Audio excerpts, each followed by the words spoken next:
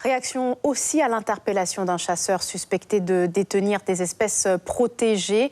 Dans un communiqué commun, les parlementaires Antoine Karam et Gabriel Serville disent leur stupéfaction face à la tournure des événements. C'était hier.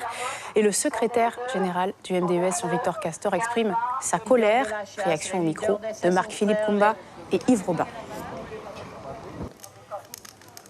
Là maintenant, on s'en va, on décolle.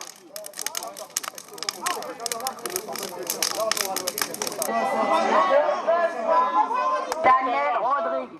J'ai l'impression de vivre une justice coloniale qui se met au service de l'ONF et de l'NCFS pour mener des actions de représailles contre les chasseurs qui demandent à ces institutions de rendre compte de la manière dont elles gèrent le territoire.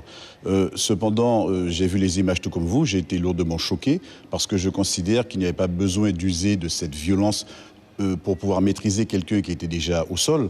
Et c'est la raison pour laquelle le sénateur Antoine Karam et moi-même avons adressé un mot à monsieur le procureur pour lui demander que sans délai, toute la lumière soit faite autour de cette affaire pour que les vraies responsabilités soient rapidement établies. On nous dit que le couac a du plomb.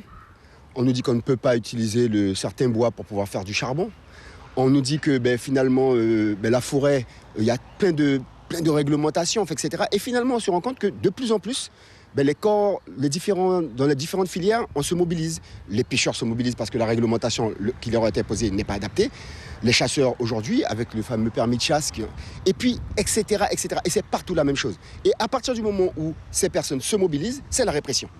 Mais c'est un classique de l'histoire de la Guyane. Et il faut que les gens comprennent qu'aujourd'hui, il s'agit tout simplement que nous prenions la décision de rentrer en résistance.